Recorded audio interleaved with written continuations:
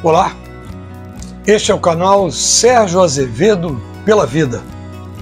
Sejam bem-vindos ao Encontro com Kardec, estudo do Livro dos Espíritos.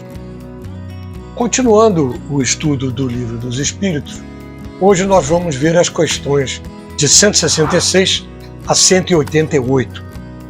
Eu espero que fiquem aqui até o final do vídeo, evidentemente, e você aí que está nos assistindo agora, que está me assistindo, não esqueça de deixar aquela mãozinha, clicando naquela mãozinha chamada like, e também se inscrever no canal, evidente, ativar o sininho de notificações para ser avisado quando eu publicar novos vídeos. Isso é que realmente faz a diferença em relação aos vídeos. E, evidente, recomendar o estudo para seus amigos, parentes, outras pessoas que achar que deu. A intenção do estudo, eu sempre digo isso, é apenas levar a mensagem da doutrina espírita. Agora, eu convido a participarem da prece inicial, antes dos nossos trabalhos, e hoje exibindo uma prece em vídeo feita por Yasmin Madeira, uma conceituada oradora espírita. Vamos ver? E nessa prece, Aniceto diz assim: Senhor Jesus, ensina-nos a receber as bênçãos do serviço. Ainda não sabemos, amado Jesus, compreender a extensão do trabalho que nos confiaste.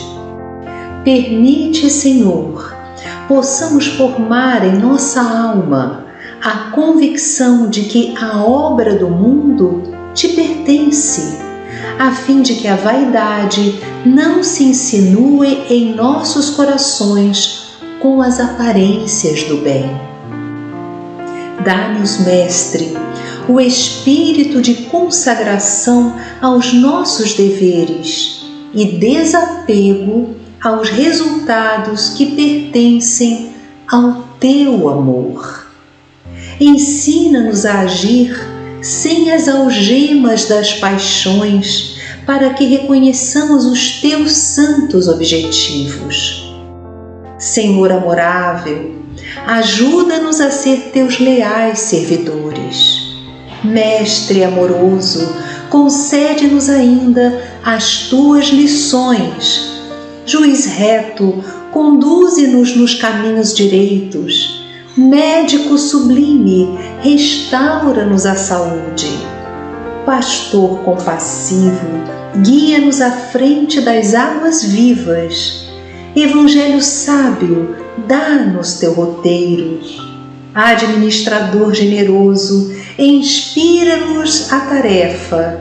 Semeador do bem, ensina-nos a cultivar o campo de nossas almas. Carpinteiro divino, auxilia-nos a construir nossa casa eterna. Oleiro cuidadoso, corrige-nos o vaso do coração. Amigo desvelado, ser indulgente ainda para com as nossas fraquezas. Príncipe da paz, compadece-te de nosso espírito frágil, abre nossos olhos e mostra-nos a estrada do teu reino. Assim seja.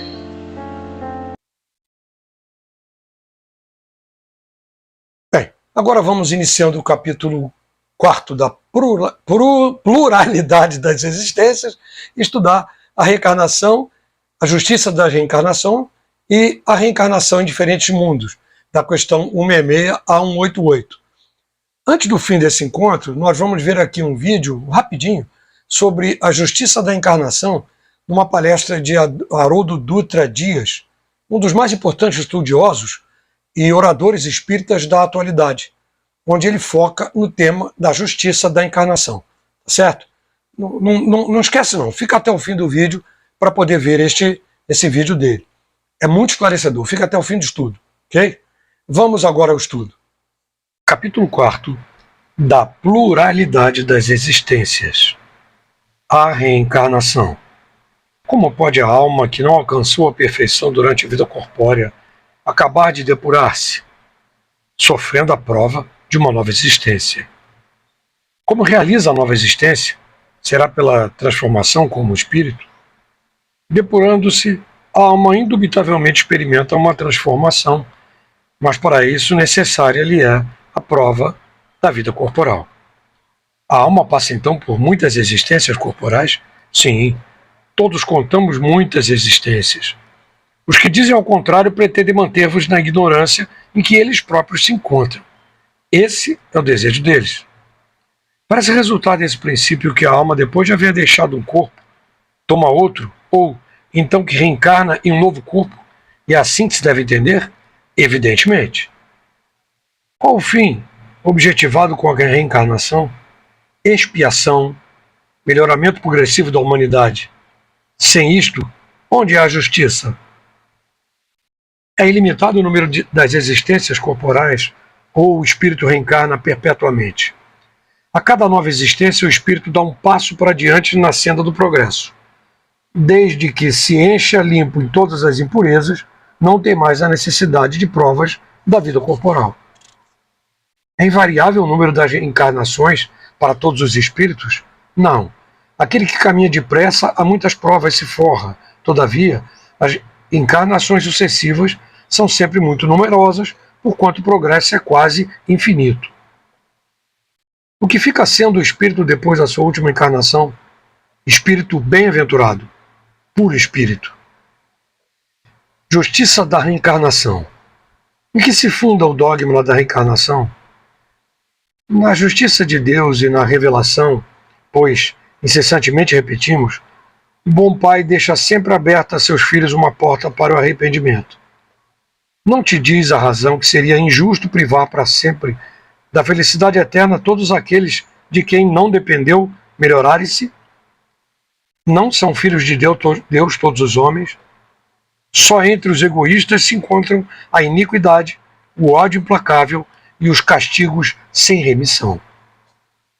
Nota de Kardec.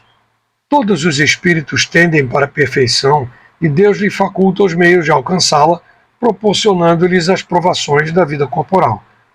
Sua justiça, porém, lhe concede realizar em novas existências o que não puderam fazer ou concluir numa primeira prova. Não obraria Deus com equidade, nem de acordo com sua bondade, se condenasse para sempre os que talvez hajam encontrado, oriundos do próprio meio onde foram colocados e alheios à vontade que os animava, obstáculos ao seu melhoramento. Se a sorte do homem se fixasse irrevogavelmente depois da morte, não seria uma única a balança em que Deus pesa as ações de todas as criaturas e não haveria imparcialidade no tratamento de todas a que todas as dispensa. A doutrina da reencarnação, isto é, a que consiste em admitir para o espírito muitas existências sucessivas, é a única que corresponde à ideia que formamos da justiça de Deus para com os homens que se acham em condição moral inferior. A única que pode explicar o futuro e firmar as nossas esperanças, pois que nos oferece os meios de resgatarmos os nossos erros por novas provações. A razão nola indica e os espíritos a ensinam. O homem que tem consciência da sua inferioridade aure consoladora esperança na doutrina da reencarnação. Se crê na justiça de Deus, não pode contar que venha a achar-se para sempre em pé de igualdade com os que mais fizeram do que ele. Sustém-no, porém, e lhe reanima a coragem a ideia de que aquela inferioridade não o deserda eternamente do supremo bem e que, mediante novos esforços, dado lhe será conquistá-lo. Quem é que, ao cabo de sua carreira, não deplora haver tão tarde ganho uma experiência de que já não mais pode tirar proveito? Entretanto, essa experiência tardia não fica perdida. O espírito a utilizará em nova existência. Comentário dessas questões: se nós seguirmos uma linha do tempo na evolução espiritual, vamos ver que o espírito criado por Deus, em suas sucessivas reencarnações, passando por provas e expiações para tentar evoluir, e vai assim sucessivamente.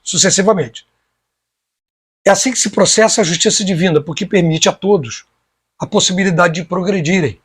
mesmo que sejam reprovados em algumas existências. Vão, voltam, vão e voltam. Reprovados, sim, voltando, se arrependendo, reparando o seu erro e expiando. Terão sempre a chance de evoluir em outra encarnação, podendo seguir em frente, né? E afinal de contas, que Deus seria esse se não permitisse aos seus filhos a reparação dos erros cometidos? E aliás, Jesus disse com muita clareza que o escândalo é necessário, mas alerta para aquele que provocar o escândalo. Vocês devem lembrar dessa passagem. Eu comentei aqui no início do encontro que nós vamos ver um vídeo mais adiante com um trecho da palestra de Haroldo Dutra Dias, que é importante orador espírita da atualidade, e ele foca exatamente na utilidade da justiça da encarnação. Não esqueça, fica até o fim, mais um pouquinho adiante, para poder ver o vídeo. É muito, muito, extremamente esclarecedor. A encarnação nos diferentes mundos. As nossas diversas existências corporais se verificam todas na Terra? Não. Vivemos-las em diferentes mundos. As que aqui passamos não são as primeiras nem as últimas. São, porém, das mais materiais e das mais distantes da perfeição. A cada nova existência corporal, a alma passa de um mundo para o outro ou pode ter muitas no mesmo globo.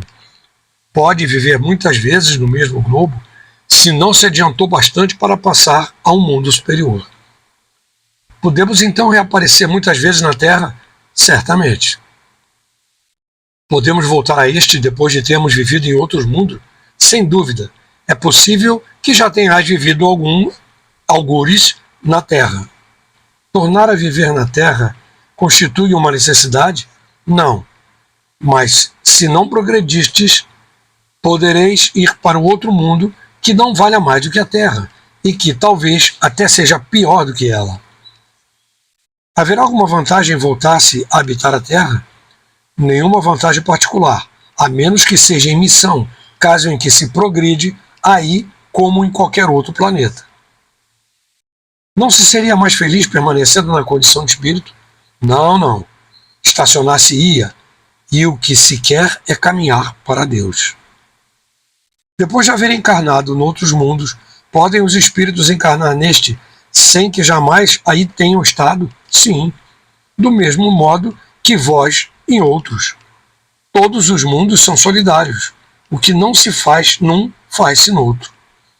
Assim, os homens que aqui estão na Terra pela primeira vez, muitos, e em graus diversos de adiantamento. Pode-se reconhecer por um indício qualquer que um espírito está na primeira vez na Terra? Nenhuma utilidade teria isso.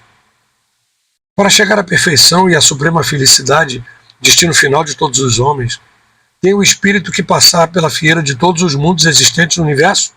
Não, porquanto muitos são os mundos correspondentes a cada grau de respectiva escala, e o espírito, saindo de um deles, nenhuma coisa nova aprenderia nos outros do mesmo grau. Como se explica então a pluralidade de suas existências em um mesmo globo? De cada vez poderá ocupar posição diferente das anteriores, e nessas diversas posições se lhe deparam outras tantas ocasiões de adquirir experiência. Podem os espíritos encarnar em um mundo relativamente inferior a outro onde já viveram? Sim, quando em missão, com o objetivo de auxiliarem o progresso, caso em que aceitam alegres as tribulações de tal existência, por lhes proporcionar meios de se adiantarem. Mas não pode dar-se também por expiação? Não pode Deus degradar para mundos inferiores espíritos rebeldes? Os espíritos podem conservar-se estacionários, mas não retrogradam. Em caso de estacionamento, a punição deles consiste em não avançarem, em recomeçarem, no meio conveniente à sua natureza, as existências mal empregadas. Quais os que têm de recomeçar na mesma existência? Os que faliram em suas missões ou em suas provas. Os seres que habitam cada mundo hão todos alcançado o mesmo nível de perfeição? Não. Dá-se em cada um o que ocorre na Terra. Uns espíritos são mais adiantados do que outros. Passando deste planeta para o outro, conserva o espírito a inteligência que aqui tinha? Sem dúvida. A inteligência não se perde. Pode, porém, acontecer que ele não disponha dos mesmos meios para manifestá-la, dependendo isto de sua superioridade e das condições do corpo que tomar. Veja-se Influência do Organismo, capítulo 7, parte 2. Os seres que habitam os diferentes mundos têm corpos semelhantes aos nossos? É fora de dúvida que tem corpos porque o espírito precisa estar revestido da matéria para atuar sobre a matéria. Esse envoltório, porém, é mais ou menos material, conforme o grau de pureza a que chegaram os espíritos. É isso o que assinala a diferença entre os mundos que temos que percorrer, porquanto muitas moradas há na casa do nosso Pai, sendo, consequentemente, de muitos graus essas moradas. Alguns o sabem e desse fato têm consciência na Terra. Com outros, no entanto, o mesmo não se dá. É-nos possível conhecer exatamente o estado físico e moral dos diferentes mundos? Nós, espíritos, nós podemos responder de acordo com o grau de adiantamento em que vos achais. Quer dizer que não devemos revelar estas coisas a todos, porque nem todos estão em estado de compreendê-las, e semelhante revelação os perturbaria. Nota de Kardec. À medida que o espírito se purifica, o corpo que o reveste se aproxima igualmente da natureza espírita. Torna-se-lhe menos densa a matéria, deixa de rastejar penosamente pela superfície do solo, menos grosseiras se lhe fazem as necessidades físicas, não mais sendo preciso que os seres vivos se destruam mutuamente para se nutrirem. O espírito se acha mais livre e tem, das coisas longínquas, percepções que desconhecemos. Vê com os olhos do corpo o que só pelo pensamento entrevemos. Da purificação do espírito decorre o aperfeiçoamento moral para os seres que eles constituem quando encarnados. As paixões animais se enfraquecem e o egoísmo cede lugar ao sentimento de fraternidade.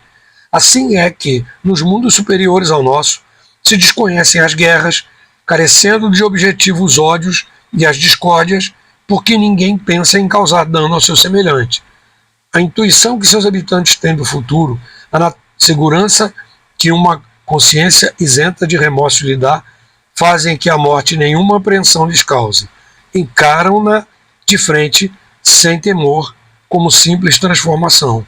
A duração da vida nos diversos mundos parece guardar proporção com o grau de superioridade física e moral de cada um, o que é perfeitamente racional. Quanto menos material o corpo, menos sujeito às vicissitudes que o desorganizam. Quanto mais puro o espírito, menos paixões a miná-lo. É essa ainda uma graça da providência, que desse modo abrevia os sofrimentos. Comentário da 172 a 178. Como Jesus disse, há muitas moradas na casa do Pai. E nós temos aqui um vídeo curto, especificamente falando sobre essa questão. Fundamentalmente, nós vamos sempre reencarnar em mundos condizentes com a nossa posição de progresso. É assim que funciona. O que nós adquirimos de conhecimento permanece conosco. E nós vamos depurando, no caso, essas nossas imperfeições, a cada vez que reencarnamos. Não necessariamente sempre no mesmo planeta. Não necessariamente. Isso depende do que é necessário para nós. Depende muito de nós mesmos. Se nós estamos aqui na Terra, que é um planeta de expiações e provas, nós não vamos reencarnar em um mundo primitivo. É assim. Podemos sim ir para outro planeta do mesmo nível do nosso, expiações e provas, em que os habitantes tenham um avanço moral e tecnológico até inferior, como, por exemplo, na Idade Média, né? Mas nunca nós vamos reencarnar no mundo primitivo, como seria o caso de o mundo que esteja na Idade da Pedra. Há uma diferença entre a nossa posição espiritual e a posição do mundo onde estamos reencarnados. Nunca nós retroagimos na escala dos mundos, como nós já vimos. Quer dizer, na escala do mundo, nesse sentido, o espírito não retrograda. Na medida em que vamos reencarnar, nós seguimos para o mundo adequado ao nosso desenvolvimento, ao estágio que nós estamos. Se nós progredirmos, dependendo do nosso progresso, nós podemos ir para um planeta em regeneração, no caso, planeta de regeneração, e depois para outro mais evoluído assim por diante, quando evoluindo. Quando nós estivermos no mundo de regeneração, não vamos voltar para o mundo de expiações e provas. É assim que funciona. Um detalhe, quando a Terra passar de expiações e provas para a regeneração, não significa que todos os habitantes que estão aqui também vão passar. Os que ainda necessitarem de expiações e provas vão para outro planeta, como eu já falei agora há pouco, do mesmo nível daqui, exatamente como aconteceu no sistema de Capela, que nós já comentamos aqui, quando nós viemos aqui para a Terra. E isso vai acontecer em breve.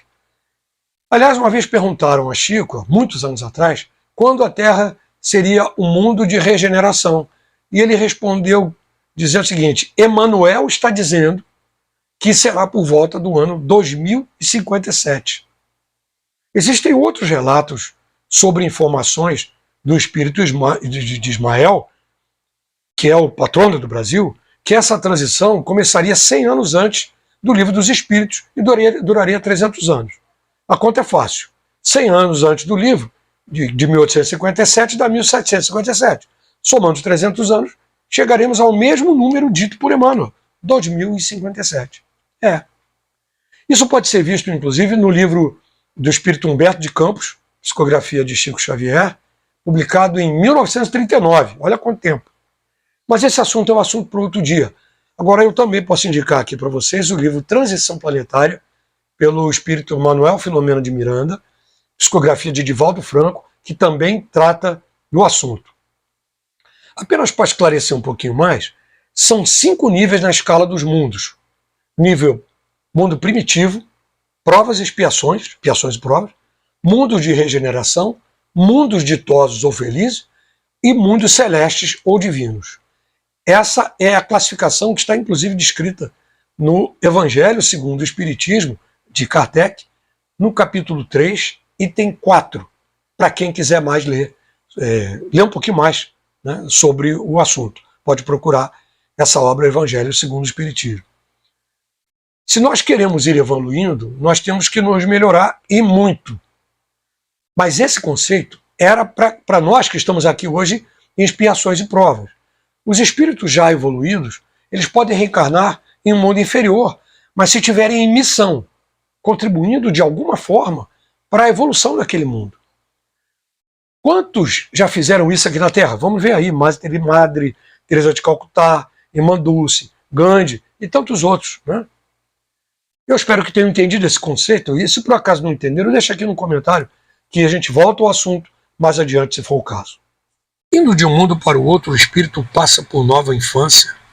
Em toda parte a infância é uma transição necessária, mas não é em toda parte tão obtusa como no vosso mundo. Tem o espírito a faculdade de escolher um mundo onde possa habitar? Nem sempre. Pode pedir que lhe seja permitido ir para este ou aquele e pode obtê-lo se o merecer, porquanto a acessibilidade dos mundos para os espíritos depende do grau da elevação destes. Se o espírito nada pedir, que é o que determina o mundo em que ele reencarnará, o grau de sua elevação. O estado físico e moral dos seres vivos é perpetuamente o mesmo em cada mundo? Não. Os mundos também estão sujeitos à lei de progresso. Todos começaram como o vosso, por um estado inferior, e a própria Terra sofrerá idêntica transformação. Transformar-se-á um paraíso quando os homens se houverem tornado bons. Nota de Kardec. É assim que as raças que hoje povoam a Terra desaparecerão um dia, substituídas por seres cada vez mais perfeitos, pois que essas novas raças transformadas sucederão às atuais, como estas sucederam a outras ainda mais grosseiras. Haverá mundos onde o espírito, deixando de revestir corpos materiais, só tenha por envoltório o perispírito? E mesmo esse envoltório se torna tão etéreo que para vós é como se não existisse. Esse é o estado dos espíritos puros. Parece resultar daí que entre o estado de correspondente às últimas encarnações e o espírito puro não há linha divisória perfeitamente demarcada, não? Semelhante demarcação não existe. A diferença entre um e outro estado se vai apagando pouco a pouco e acaba por ser imperceptível, tal qual se dá com a noite as primeiras claridades do alvorecer. A substância do perispírito é a mesma em todos os mundos? Não. É mais ou menos etérea, passando de um mundo ao outro. O espírito se reveste da matéria própria desse outro mundo, operando-se, porém, essa mudança com a rapidez do relâmpago. Os espíritos puros habitam mundos especiais ou se acham no espaço universal sem estarem mais ligados a um mundo do que a outros. Habitam certos mundos, mas não lhes ficam presos como os homens à terra. Podem, melhor do que outros, estar em toda parte. Comentário adicional de Kardec. Segundo os espíritos, de todos os mundos que compõem o nosso sistema planetário, a Terra é dos de habitantes menos adiantados física e moralmente. Marte lhe estaria ainda abaixo, sendo-lhe Júpiter superior de muito a todos os respeitos. O Sol não seria mundo habitado por seres corpóreos, mas simplesmente um lugar de reunião dos espíritos superiores, os quais de lá irradiam seus pensamentos para outros mundos que eles dirigem por intermédio dos espíritos menos elevados, transmitindo-os a estes por meio do fluido universal. Considerado do ponto de vista da sua constituição física, o Sol seria um foco de eletricidade. Todos os sóis como que estariam em situação análoga. O volume de cada um e a distância a que esteja do Sol nenhuma relação necessária guardam com o grau de seu adiantamento, pois que, ao contrário, Vênus deveria ter tido por mais adiantada do que a Terra e Saturno menos do que Júpiter. Muitos espíritos que da Terra animaram personalidades conhecidas disseram estar reencarnados em Júpiter, um dos mundos mais próximos da perfeição, e há causado espanto que nesse globo tão adiantado estivessem homens a quem a opinião geral aqui não atribua tanta elevação. Nada nisso há de surpreendente, desde que atenda a que, possivelmente, certos espíritos habitantes daquele planeta foram mandados à Terra para desempenharem aí certa missão, que aos nossos olhos não os colocava na primeira plana. Em segundo lugar, deve-se atender a que, entre a existência que tiveram na Terra e a que passaram a ter em Júpiter, podem eles ter tido outras intermediárias em que se melhoraram. Finalmente, cumpre se considere que, naquele mundo, como no nosso, múltiplos são os graus de desenvolvimento e que, entre esses graus, pode mediar lá a distância que vai entre nós, do selvagem, ao homem civilizado. Assim, do fato de um espírito habitar Júpiter, não se segue que esteja no nível dos seres mais adiantados, do mesmo modo que ninguém pode considerar-se na categoria de um sábio do Instituto só por residir em Paris. As condições de longevidade não são tampouco, em qualquer parte, as mesmas que na Terra, e as idades não se podem comparar. Evocado um espírito que desencarnara havia alguns anos, disse que, desde 6 meses antes, estava encarnado em um mundo cujo nome nos é desconhecido. Interrogado sobre a idade que tinha esse mundo, disse: "Não posso avaliá-la, porque não contamos o tempo como contais. Depois, os modos de existência não são idênticos. Nós lá nos desenvolvemos muito mais rapidamente. Entretanto, se bem não haja mais de 6 dos vossos meses que lá estou, posso dizer que, quanto à inteligência, tenho 30 anos de idade que tive na Terra." Muitas respostas análogas foram dadas por outros espíritos e o fato nada apresenta de verossímil. Não vemos que na Terra uma imensidade de animais em poucos meses adquire o desenvolvimento normal?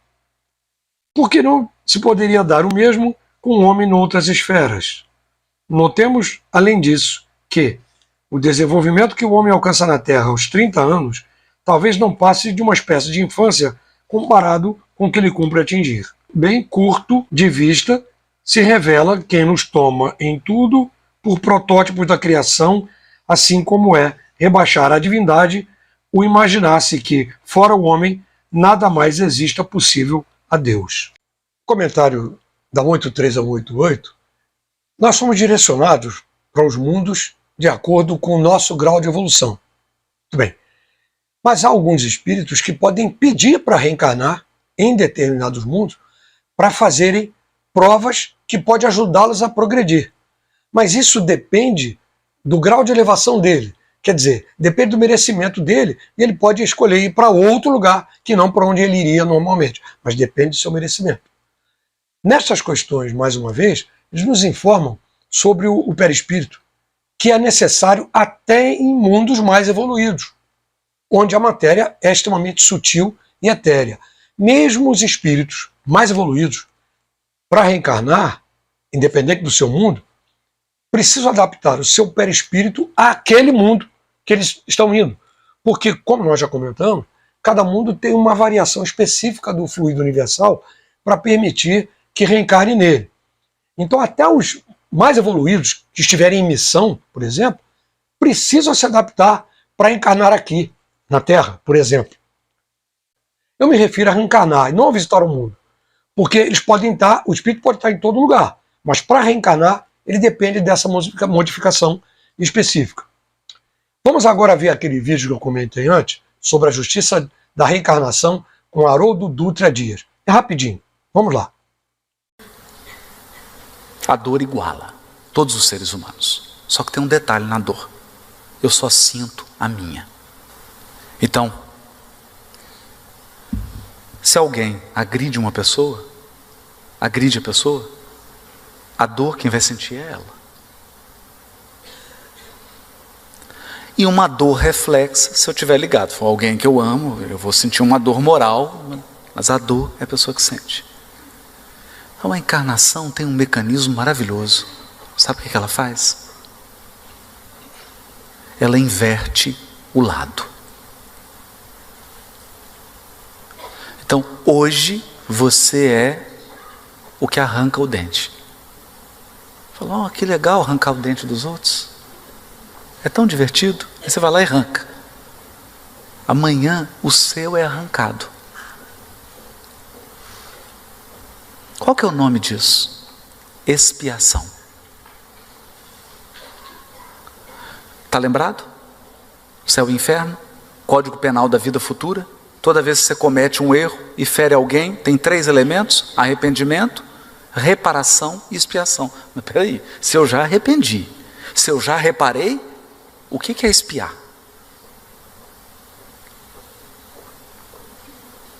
Expiar é assumir o lugar do outro. Então você fala assim, é tão bom 2 gotinhas de pimenta no olho dos outros. Aí vem, na encarnação, 2 gotinhas de pimenta no seu olho. Por quê? Educativo. Perceberam? Educativo. Então eu não canso de citar o exemplo do Quincas. Amigo querido, trabalhou com Chico, estava em Uberaba, de manhã, entraram no escritório de contabilidade dele, rebentaram tudo, roubaram tudo, e não só roubou, porque imagina um ladrão, ele deve ter entrado 2 ou 3, fala assim, vamos roubar o computador? Vamos. Vamos roubar o dinheiro? Vamos roubar o dinheiro. Vamos roubar, o que mais que a gente vai levar aqui? Vamos levar isso. Aí levaram tudo, guardaram, e aí olharam e falaram assim, mas só roubar? Vamos destruir também? Perceberam? Quebraram tudo. Então quando ele chegou no escritório, tinham levado todos os bens de valor e tinham quebrado tudo. E aí ele ficou abatido. E de noite tinha reunião com o Chico. É interessante? Então ele chegou como? Chegou triste. Quando ele entrou no grupo, o Chico falou, Quincas, meu irmão, o que foi? Você está triste? Ele falou, Chico, aconteceu isso, contou a história. Aí o Chico abraçou, aquele jeitinho do Chico, né? Abraçou, pegou a mãozinha, o braço com ele. Ficou um tempo sem dizer nada. Aqui fala assim, dando um cheiro, né? Fazendo um dengo. Depois o Chico virou e falou assim, meu filho, é tão bom devolver. É tão bom devolver, não é? Tirar dói? Tirar dos outros dói? Claro que não. Não dói. Devolver dói. Então a vida vai nos ensinando, mudando a posição. Então hoje eu traio, amanhã eu sou traído. Hoje eu roubo, amanhã eu sou roubado. Hoje eu agrido alguém, amanhã eu sou agredido. Hoje eu calunio, amanhã eu sou caluniado. Hoje eu destruo a reputação de alguém, amanhã é a minha. Esses são os processos educativos da vida. Como eu disse, o vídeo é extremamente esclarecedor. Agora me diga aqui, o que é que você achou? Qual é a sua opinião? Deixa aqui nos comentários, é importante para a gente saber. Gostaria de ouvir a sua opinião. Vamos então agora ao final fazer uma prece final e eu convido a todos para a reflexão. Agradecemos aos espíritos benfeitores que nos ajudaram nesse estudo de hoje, nos inspirando e nos mantendo em equilíbrio. Agradecemos também a oportunidade que temos de estudar a doutrina consoladora dos espíritos, que é um imenso apoio à nossa evolução. Graças a Deus. Muito bem, eu espero que vocês tenham gostado do nosso encontro, espero vê-los novamente no próximo encontro. Não se esqueça de deixar aquela mãozinha do like, que é dessa forma que o YouTube entende que estão gostando, e também pode convidar outras pessoas a participar. Se não é inscrito, se inscreva no canal, não custa nada você se inscrever, ativar o sininho e ficar sabendo quando serão feitas novas publicações e acompanhar. Eu repito sempre que deve acompanhar o estudo num dia específico, de preferência acompanhando com o Livro dos Espíritos. Se quiser, se não tiver o livro, não quiser comprar, pode baixar em PDF, que aqui na descrição do vídeo tem o link para você baixar todas as obras de Kardec, inclusive da Revista Espírita, para quem quiser deixar no seu telefone, no seu computador, no seu tablet, ou o que seja. Muito obrigado por estarem até aqui, agradeço muito a companhia de todos vocês e espero vê-los no próximo encontro, que será o encontro 11. Fiquem na paz.